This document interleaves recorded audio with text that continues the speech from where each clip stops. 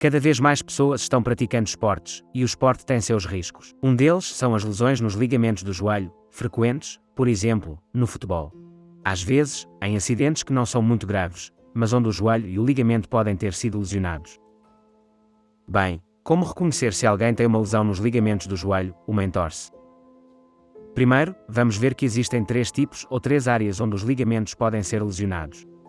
Primeiro, o ligamento lateral externo, que é mais espesso, como um cordão que vai da cabeça da fíbula ao fêmur. É a parte externa do joelho, a parte de fora. Se olharmos para o paciente que está na maca, neste joelho direito, seria a parte de fora, no joelho esquerdo, é a parte de fora, o ligamento lateral externo. Depois temos o ligamento lateral interno, que é mais fino, mas mais largo. E depois temos os ligamentos cruzados, que vemos aqui na imagem. Em primeiro lugar, se alguém acredita que pode ter uma lesão nos ligamentos, é preciso ter em mente que deve ter ocorrido um evento traumático. Ou seja, para haver uma lesão no ligamento do joelho, deve ter havido um movimento brusco. Alguém caiu sobre a perna e a dobrou, como vou explicar agora. Ou seja, deve ter ocorrido um acidente anteriormente. Uma pessoa não faz uma entorse no joelho sem saber exatamente quando e como aconteceu. Isso seria outro tipo de lesão no joelho, como uma tendinite. Portanto, é fundamental entender isso, deve ter ocorrido um acidente, um trauma anterior. E depois, a segunda parte para saber se o ligamento pode estar lesionado e em que grau seria examinar cada ligamento. Por exemplo, vou primeiro ao ligamento lateral interno do joelho. Como disse que está aqui na parte interna do joelho. Deve haver dor ao tocar. Se tivermos aqui isso é um joelho esquerdo. Como vemos na imagem, este é o fêmur e aqui está a tíbia. O ligamento lateral interno é como uma faixa larga que vai da parte interna da tíbia até a parte interna do fêmur. O que essa faixa faz? Quando o joelho quer abrir nessa direção, ela não permite, é como se estivesse segurando. Então deve haver dor ao tocar nessa área, uma dor intensa. É uma entorse do ligamento lateral interno que causa muita dor, uma dor intensa, uma sensação de inchaço, de inflamação localizada apenas na parte interna. Podemos evidenciar além dessa área vermelha, inflamada, muito dolorosa ao toque, podemos buscar a tensão do ligamento e ver se dói muito ao tensioná-lo. Como tensionar o ligamento? Bem, com o joelho um pouco dobrado, vou empurrar com esta mão para lá, como se quisesse abrir. Se isso é o fêmur e a tíbia, como se quisesse abrir isso, alguns até empurram para lá com esta mão, empurram esta mão nessa direção, fixando a tíbia. Empurro para lá e isso tensiona o ligamento. Se esse ligamento estiver lesionado, se houver um pequeno rompimento, vai doer muito, ainda mais se eu segurar a ponta do pé, girar o pé para fora, a ponta do pé para fora, e fizer esse movimento com a minha mão direita de empurrar dali. Esse movimento combinado tensiona ou tenta abrir o joelho, a parte interna, tensionando o ligamento interno, e vai doer muito. Se este teste for positivo, ao palpar, a área dói, está inflamada, dolorida e houve um trauma prévio, obviamente você pode suspeitar de uma lesão do ligamento lateral interno do joelho. Em seguida, há o grau e é importante levar em consideração que mesmo uma pequena rotura mínima pode causar muita dor.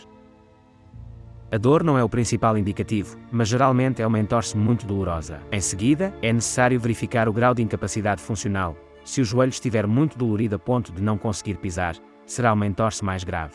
A forma correta de determinar a gravidade dessa entorse pode ser por meio de uma ecografia. Em uma radiografia, não é possível visualizar uma entorse, apenas as estruturas ósseas. Estruturas moles, como ligamentos, não são visíveis em radiografias. No entanto, eles podem ser vistos por meio de uma ecografia, que é muito útil nesse caso.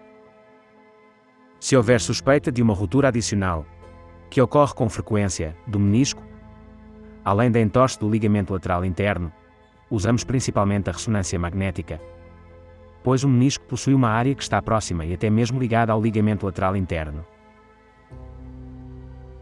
Às vezes, quando esse ligamento é lesionado, ele também pode puxar o menisco e rompê-lo. Portanto, a forma ideal de determinar se o menisco está rompido é por meio de uma ressonância, embora haja alguns sinais que nos fazem suspeitar.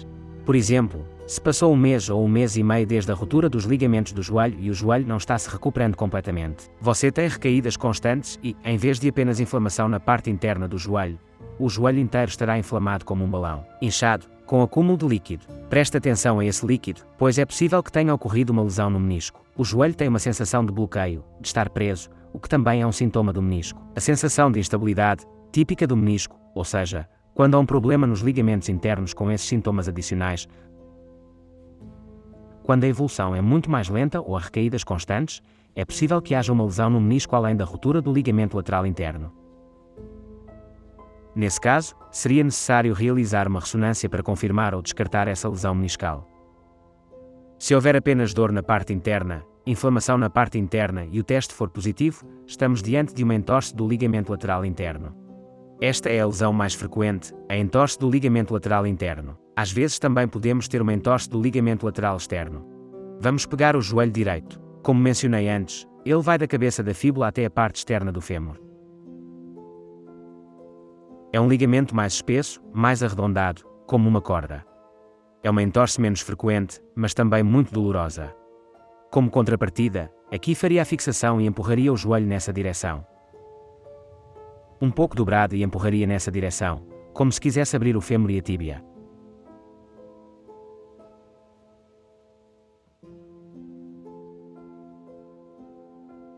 Ao tensionar o ligamento, se estiver rompido, está lesionado, dói. Porque uma entorse é exatamente isso, uma ruptura parcial, um desgaste parcial do ligamento. Em seguida, haverá dor, é claro, ao tocar a área, haverá inflamação na área.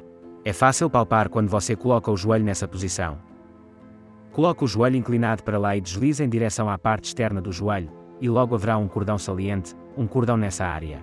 Essa área intermediária, ali está o cordão onde pode ser palpado. Deixe cair e coloque mais tensão. E esse cordão vai doer muito se o ligamento estiver lesionado.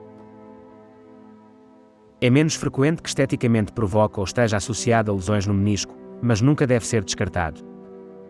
Por exemplo, um acidente, um passo em falso, uma entrada de um oponente.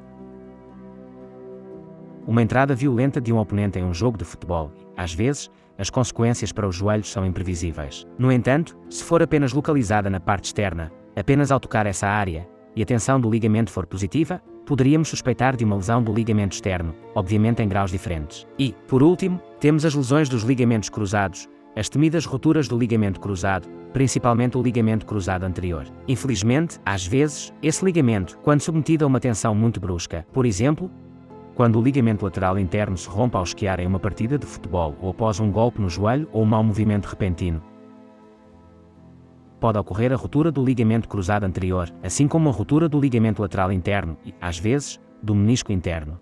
Essa é a temida tríade, lembro dessa tríade, sendo a lesão mais grave a do ligamento cruzado.